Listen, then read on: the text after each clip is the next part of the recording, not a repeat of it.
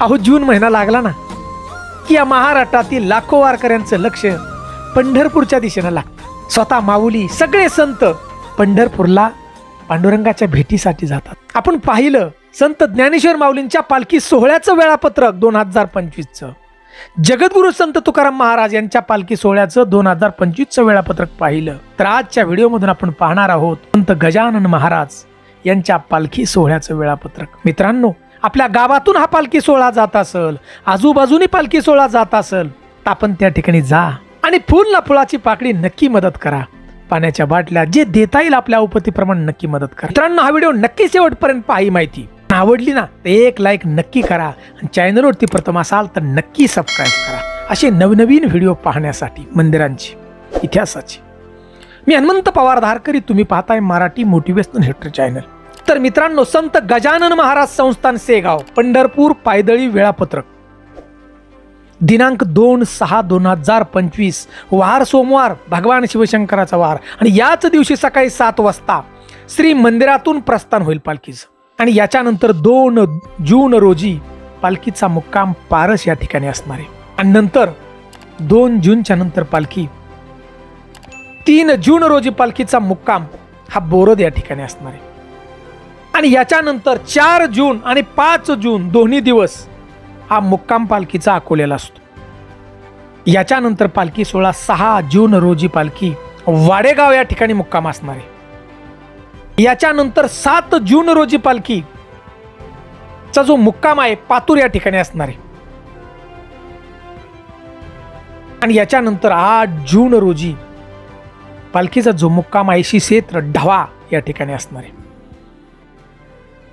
9 जूनला मुक्काम शिरपूर या ठिकाणी असणार आहे। याच्यानंतर 10 जून रोजी पालखी सोहळा मसला पेन या ठिकाणी असणार आहे। नंतर दिनांक 11 जून रोजी पालखीचा मुक्काम हा रिसोर्ट या ठिकाणी असणार आहे। याच्यानंतर 12 जून रोजी पालखीचा मुक्काम सेनगाव या ठिकाणी असणार आहे।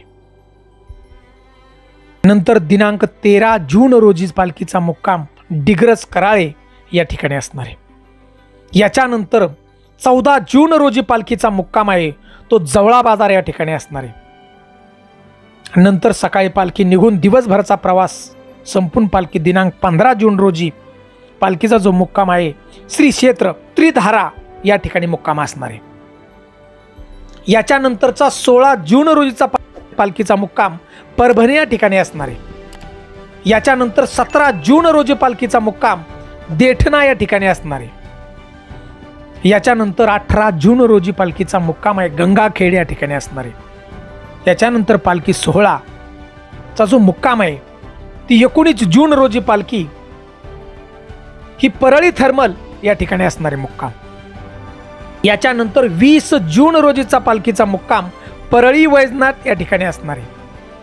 याच्यानंतर 21 जून रोजी पालखीचा मुक्काम अंबाजोगाई या ठिकाणी असणार आहे। आणि याच्यानंतर 22 जून रोजी पालखीचा मुक्काम बोरी सावरगाव या ठिकाणी असणार आहे।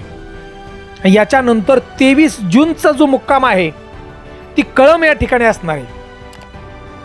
नंतर 24 जूनला सकाळी पालखी निघून त्या ठिकाणून पालखीचा मुक्काम तेरणा साखर कारखाना या ठिकाणी असणार आहे। याच्यानंतर 25 जून रोजीचा पालखीचा मुक्काम हा उपळा या ठिकाणी असणार आहे। याच्यानंतर 26 जून रोजीचा पालखीचा मुक्काम धाराशिव या ठिकाणी असणार आहे। आणि याच्यानंतर दिनांक 27 जून रोजी श्री क्षेत्र तुळजापूर या ठिकाणी पालखीचा मुक्काम असणार आहे। नंतर सकाळी पालखी दिवसभराचा प्रवास करून 28 जून रोजी संध्याकाळी उळे या ठिकाणी पालखीचा मुक्काम असणार आहे। नंतर सकाळी निघून 29 जून आणि 30 जून या 2 दिवसाचा मुक्काम हा सोलापूर या ठिकाणी असतो।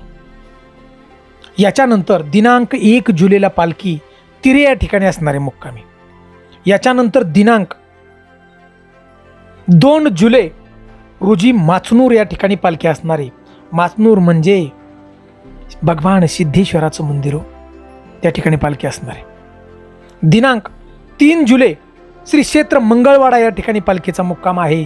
याच्यानंतर 4 जुलै मुक्काम हा श्री क्षेत्र पंढरपूर या ठिकाणी असणार आहे. लाखो वारकरी संत गजानन महाराज यांच्याबरोबर असतात बघा. आणि प्रत्येकाचं ध्येय असतं पंढरीच्या पांडुरंगाचं दर्शन. अंतिम ध्येय पंढरपूरला गेल्यानंतर 4 तारीख 4/7/2025 ते 9/7/2025 पर्यंत त्या ठिकाणी सगळा हा वारकरी समुदाय पंढरीच्या पांडुरंगाचं दर्शन घेतो. नंतरच परतीच्या प्रवासाला निघतो. तर मित्रांनो, आपल्याला वारीमध्ये सहभागी व्हायला जर नाही जमलं तरी चालेल, परंतु वारीला नक्की मदत करा. आपल्या गावाच्या जवळून जात असेल, गावातून जात असेल तर नक्की मदत करा. फुल ना फळाची पाकळी. पांडुरंग आपल्या पाठीशी नक्की राहील बघा. जय जय राम कृष्ण हरी अशी कमेंट जरूर करा. जय हिंद, जय महाराष्ट्र.